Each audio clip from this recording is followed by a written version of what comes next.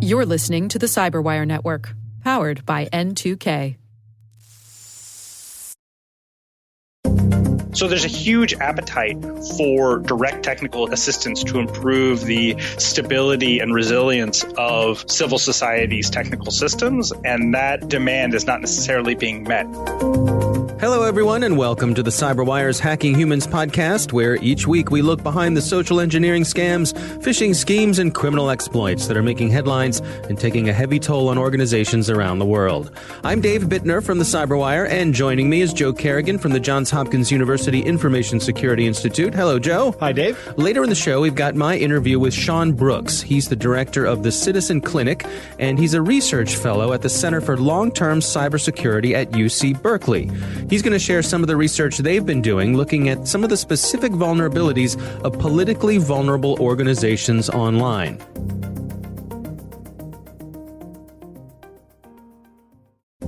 And we are back. Joe, before we get into our stories for today, we've got some follow-up. Yep. We got someone who is not very happy with us. Yes. A gentleman named Warren Myers. This is following up on our interview last week when I spoke with Chris Bailey from Entrust Data Card. We were talking about EV certs. Right. And Chris was saying how they can help you make sure that you're not going to a lookalike site. Correct. That is an extra level of certification. That's right. So on Twitter, a gentleman named Warren Myers sent us this feedback. He said, disappointed at misinformation about EV versus DV certs in today's Hacking Humans episode. I expect better from the Cyberwire. And he said, Troy Hunt eloquently explained why EVs haven't had real value for a long time. And he links to an article by Troy Hunt. Of course, Troy Hunt is probably best known for running the Have You Been Pwned database. Ah, that's a great service that Troy provides. A wonderful service for the world, really. Right. So Troy certainly respected, and Troy has posted, I guess it's best to label it an opinion piece, because there certainly is strong opinions in it. Mm-hmm. And in this post, we'll have a link to it. And I'll say Troy's points are valid. Yeah. The post is titled, Extended Validation Certificates Are Dead. I'm not going to agree with that statement, but I'm going to say a lot of the points he makes in the article are valid. Okay. Well, let's walk through them, because I want to make sure that we give people a fair understanding where we may have come up short, or at least what some of the arguments are, where some people are saying that maybe EVs aren't worth it. Right. So what does Troy have to say here? So one of the first things he says is that the interface particularly on mobile devices, we've talked about this before, is that the real estate on a mobile screen is prime real estate. Right. So there's not necessarily the opportunity for the developers of these mobile sites to present you with the extended validation indicator. Okay. So they don't show it to you. Right. Additionally, he says that the further iterations of Chrome will not even show you that on the desktop web browser. Right. And he's pointed out correctly that the extended validation interface on Chrome used to be a green interface that would tell you the name of the company, and now it's down to a gray interface. Mm. Previously, you and I have talked about this, where Chrome has, we may have talked about it on the Cyberwires instead of on this show. The Chrome developers are changing the interface so that security should be just the standard. And when something's not secure, that's when they'll change the interface to make you aware of it. Right. Okay. Right. Yep. But the question is, what are we validating here? And we've discussed this before. The lock icon, if it's just the lock icon right now, what that means is that the site you're talking to is using a TLS certificate to encrypt the traffic between the two of you. Right. And that's what we're talking about when we say a DV cert. Correct. Yeah. And if you have an extended validation cert, then they're actually showing you that extended validation cert information in the browser. And in the future, they're just going to show you the lock again. Mm. Okay. And that's kind of the crux of Troy's argument from reading this article, is that because browser interfaces don't display the information in a consistent way, that the certs don't have value. I think he's also making the point that because you have to pay for them, that it might not be worth the money. Okay. What does it cost? What does it cost? Is it a couple $100? Yeah, I think it cost us a few $100 to get ours for the Cyberwire. I think that's worth the money. My opinion is that's worth the money. Yeah, this strikes me as being, I guess where I take issue is this notion that they're completely worthless. Right, exactly.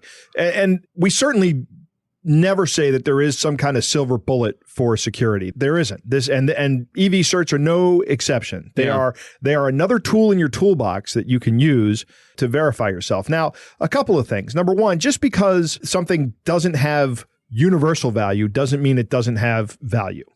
Okay.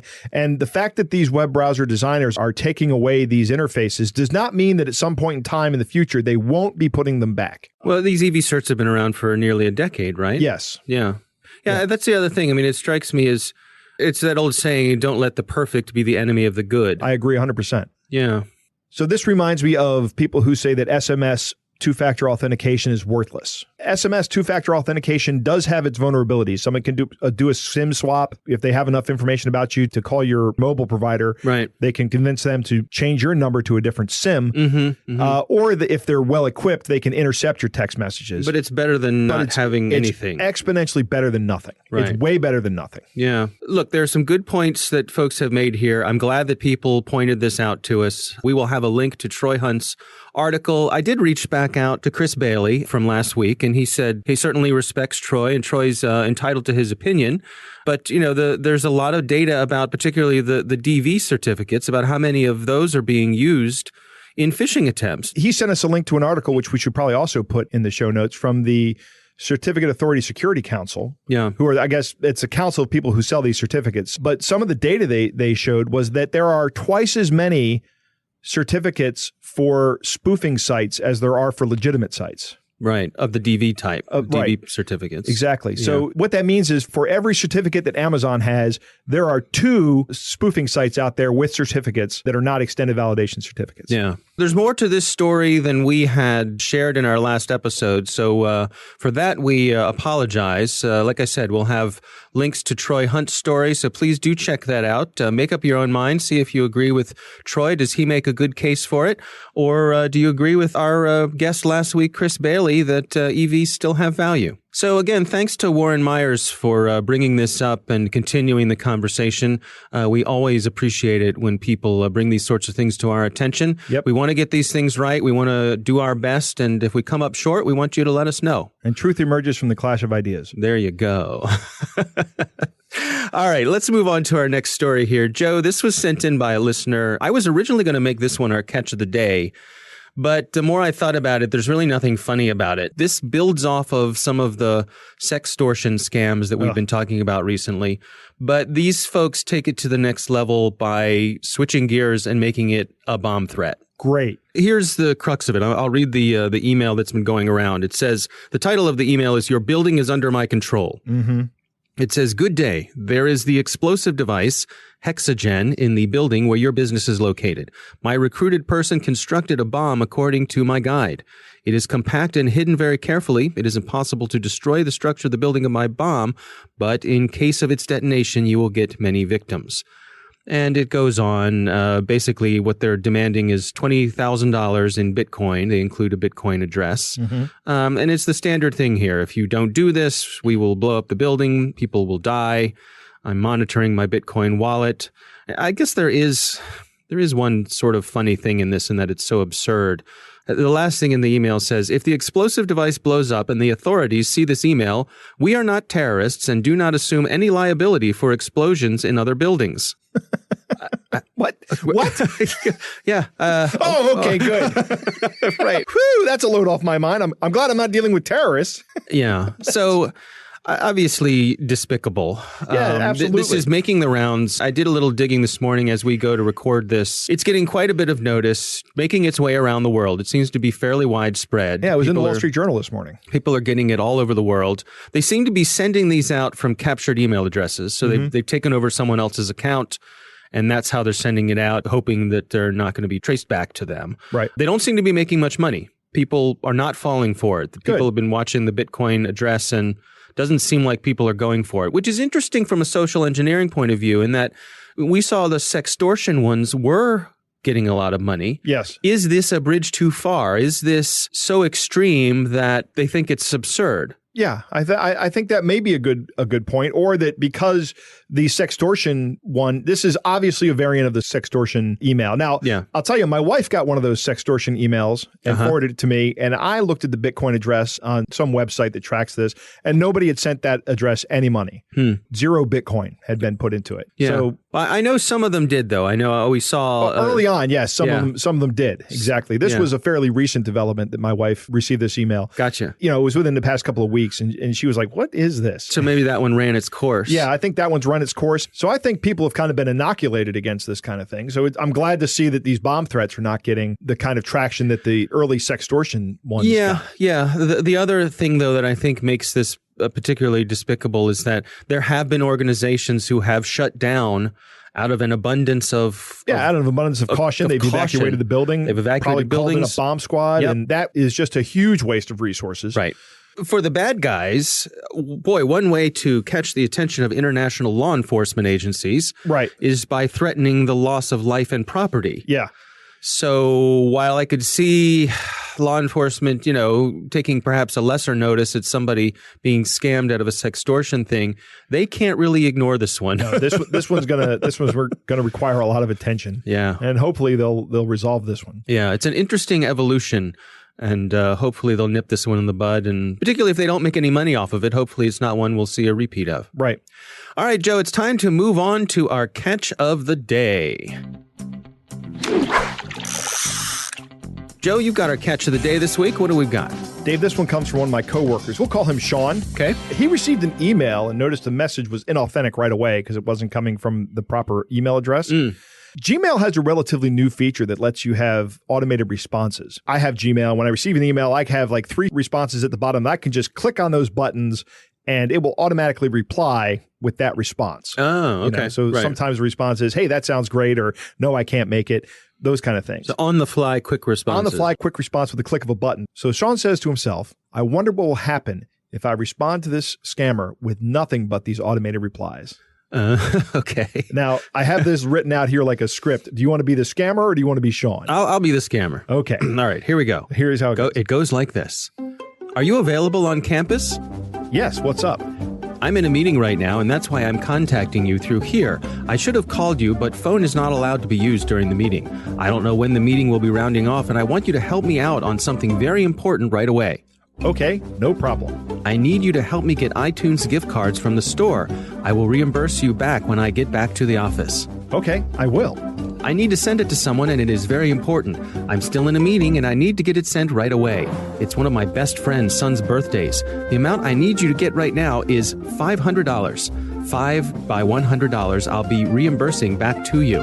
I need physical cards, which you are going to get from the store. When you get them, scratch it and take pictures of the cards and attach it to this email, then send it to me here, okay? Thank you. I will do that. And then Sean sends another message that says, where do I get them? At the store. I'm here. Are you at the store now? Yes, I'm here. The amount I need you to get right now is $500. I'll be reimbursing back to you. I need physical cards, which you are going to get from the store. When you get them, scratch it and take pictures of the cards and attach it to this email, then send it to me here, okay? Thank you. I will do that. Okay. Have you get it? No, I didn't get it. I am in need of if right away. Let me know if you are able to get this done. Yes, I can help you. Are you get it done now? Yes, it's done.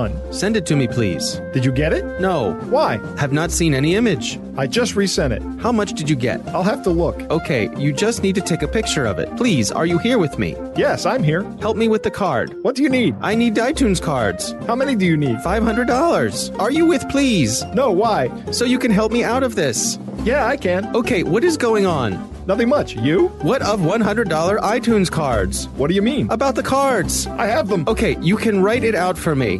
No, I can't. Okay, taking care of yourself. No, I can't. And that's where it ends. This is so brilliant.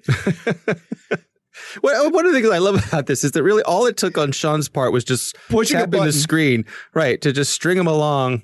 Sean sent me the entire email conversation, and the timestamps are like 4 hours long. This went on for 4 hours. Right. This is positively brilliant. Good work, Sean.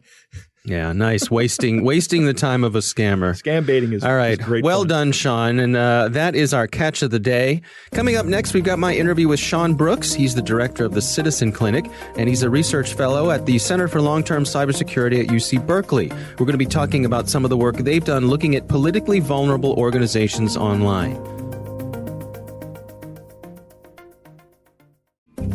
Joe, we are back. I recently had the pleasure of talking to Sean Brooks. He's the director of the Citizen Clinic at UC Berkeley. They recently published some research looking at politically vulnerable organizations, and it turns out that they are particularly vulnerable to social engineering scams. Interesting stuff. So here's my conversation with Sean Brooks.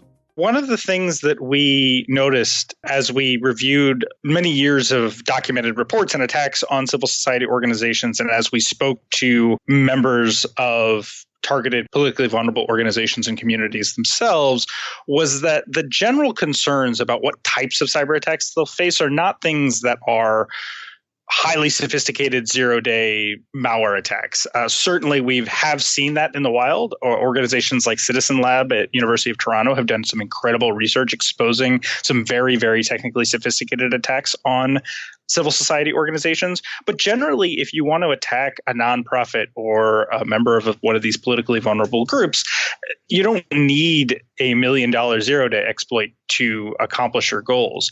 So what we tend to see is a lot of phishing attacks, things that exploit low technical sophistication attacks, because most of the systems that civil society organizations rely upon are often out of date. They don't have advanced authentication mechanisms. They share a lot of accounts across a number of people within the organization. Lots of sort of violations of cybersecurity best practices that you see better adopted in the private sector and in government. And that's because these organizations are significantly budget constrained, right? So all of their systems have to be mission oriented, and cybersecurity is generally seen in civil society, much like it was in the private sector 10 years ago, as just sort of a cost center. And a lot of these politically vulnerable organizations don't quite know how to make the connection between their mission priorities and spending on sort of the overhead and infrastructure that is required for cybersecurity. So a lot of the attacks that we see, therefore, are sort of low technical sophistication, but we do see some very high social engineering sophistication. In fact, much higher often than you'll see deployed against harder targets in the private sector or in government. And that's because in many instances, the attackers often belong to the security services of a government or the intelligence organizations within a government, bodies that are much more sophisticated in their practices around developing manipulation of targets. So you see, when you have a giant intelligence body targeting a small nonprofit, it's not necessarily surprising that they would use a phishing attack that contains a lot of highly targeted details about that individual's personal life, whether it be their families or their colleagues or their work schedules. Yeah, it seems like it's not really a fair fight, the resources that both sides bring to bear. Certainly not. And that was one of the core motivations for this research, which is if these attacks are becoming more common, and if we consider in a world of what many members of civil society have called closing spaces, or the increasing number of authoritarian regimes and more frequent repressions of free speech around the world, then the scope of the concern becomes the health of global civil society. And if this asymmetry between the attackers and the targets is maintained, what does that mean about the ability of civil society to operate online? And the internet has been an incredible tool for nonprofits. Certainly, in everything I've just said, might lead you to believe that advocacy organizations and activists and human rights defenders, these organizations are not necessarily sophisticated users of the internet. But I think the opposite is true. These organizations have done incredible things to pursue their mission and amplify the magnitude of their message by using the internet and reaching a global community of individuals and communities interested in things like defending human rights or environmentalism, what have you. But that in embracing of the internet as a critical function to pursue their mission has opened them up for a whole new host of attacks. And it is very hard for them to build in both the organizational capacity in terms of skills and knowledge and practices, as well as the costs associated with securing their systems in a way that repels these attackers. So what are some of the take-homes from the report? What recommendations do you make? How can these organizations do a better job? And how can the rest of the society step up to make sure that they're getting the attention they deserve? I think there's a couple of big learnings that we had from the report. One is that there is an entire ecosystem that has sprung up to support civil society organizations against online attacks. And the mechanisms by which these assistance organizations operate are pretty varied. We see a lot of concentration in advocacy and legal support for these organizations. So organizations that you're probably familiar with, like the Electronic Frontier Foundation, the ACLU, Amnesty International, all have major support mechanisms that advocate for policies and legal protections for organizations and individuals that might be targeted online for political purposes. There's also an increasing number of reduced price or free services being made available from the advocacy community or from large companies. Google's Project Shield, Cloudflare's Project Galileo, the CrowdStrike Foundation is making their anti-malware and threat intelligence services available for nonprofits. So we see an increasing number of cybersecurity services available at prices that are more affordable for nonprofits. We also see an increasing amount of data being available from research institutions about just trying to expose the nature of these attacks. But one of the weakest forms of assistance that is available, and by weakest, I mean one of the least available forms of service, is sort of direct technical assistance. So in many of these civil society organizations that are being attacked, many don't have any technical staff on board. And if they do, the odds that they have any background in cybersecurity specifically are very, very low. I think the average nonprofit, and that includes things like hospitals, needs, I think, something like 14 staff members before they get one technical staff member, and only one individual within the broader IT skill set in the world has any cybersecurity knowledge at all. So the odds that you get someone on staff in your small nonprofit that knows anything about defending systems against sophisticated technical attacks is pretty low. So there's a huge appetite for direct technical assistance to improve the stability and resilience of civil society's technical systems, and that demand is not necessarily being met. Organizations like Access Now and Frontline Defenders, Tactical Tech, a number of organizations have set up emergency support systems. So if your organization is under attack right now, they can come in and help resolve some of your systems, but getting sort of the longer term support that exists over many years, a real partnership that can help your organization build up its own capacity to be resilient against cyber attacks is pretty hard to find. Yeah, it's interesting. I mean, it strikes me as being kind of like, treating illness in the emergency room rather than having ongoing access to good medical services. That's exactly right. So one of our key recommendations from the report is that new models to build on the existing community of assistance are needed to improve not only the broader awareness within the community of these issues, because working with a small NGO is not like working with a client in the private sector or a large government agency. The recommendations that you would make are not the same, even if the attack vectors look very similar. And I can give kind of an example about that. Nonprofits don't necessarily have a robust risk management process in place like you would expect from, again, a government agency or a large company. Therefore, their ability to consider these issues systemically and therefore make purchasing and funding decisions about them in a way that is highly risk-oriented is lessened. So a big part of the capacity that the assistance community needs to bring to the table is helping these organizations prioritize. And that prioritization process needs to take into account account the core mission of a nonprofit. Because if you make a recommendation to a civil society organization that, hey, you're at risk for targeted cyber attacks, all of your staff members should take their personal information off the internet so that it's harder to find them.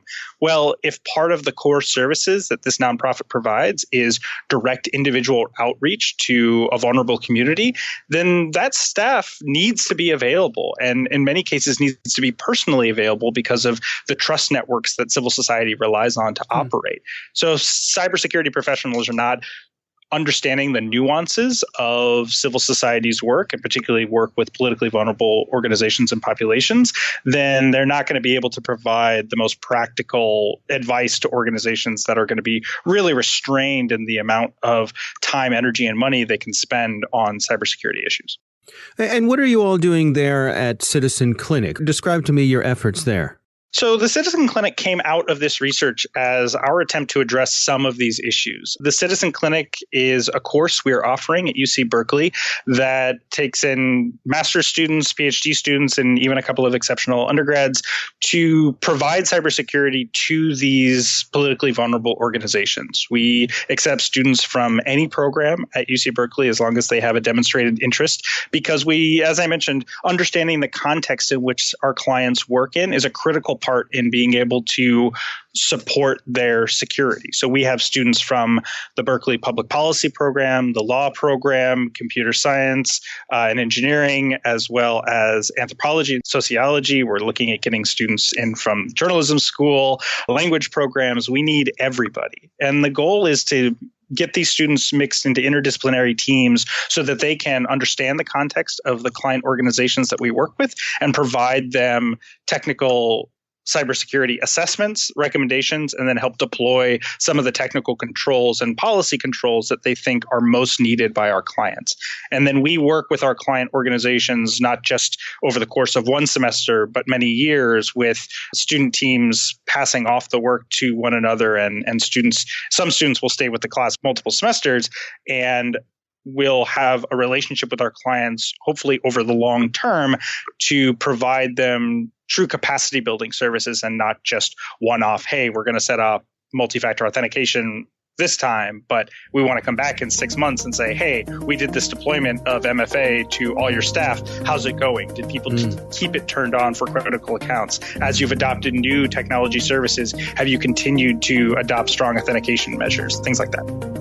Joe, what do you think? Well, Dave, again, we're seeing that the most cost-effective targets of these organizations are the people. That rarely do you see million-dollar exploits, zero-day exploits being used on a nonprofit organization. Right. It's just easier to call in or send an email in with some malicious software or a phishing attack and get into the network. Yeah, interesting that the way these organizations tend to be organized, right, that they don't have the technical sophistication that perhaps other organizations do. Right. Well, economics, again, are at the root of the problem. Right. These organizations have very limited resources, and thus they feel they need to spend all their money for tech budgets on tools that actually help them accomplish their mission.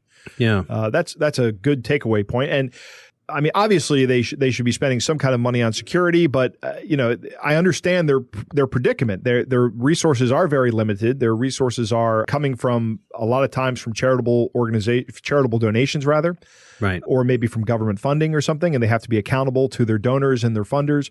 So if you want to give money to a nonprofit, you can go out and look on all these charity rating websites that tell you how many pennies from every dollar make it to the end recipient. And spending money on security will lower that number, and that's not good for a nonprofit. So I understand their position. Seems like there's an educational component where we need to get the word out to the funders that money spent on cybersecurity might be money well spent. Right, exactly. You shouldn't hold that against an organization. Yeah, especially if they're keeping all kinds of personal data, particularly on vulnerable populations. That's a really good point. All right. Well, again, thanks to Sean Brooks for joining us. We'll have a link to the work that they're doing in the show notes if you want to check that out. Thanks to the Johns Hopkins University Information Security Institute for their participation. You can learn more at isi.jhu.edu. The Hacking Humans podcast is proudly produced in Maryland at the startup studios of Data Tribe, where they're co-building the next generation of cybersecurity teams and technologies. Our coordinating producer is Jennifer Iben. Our editor is John Petrick. Technical editor is Chris Russell. Executive editor is Peter Kilpie. I'm Dave Bittner. And I'm Joe Kerrigan. Thanks for listening.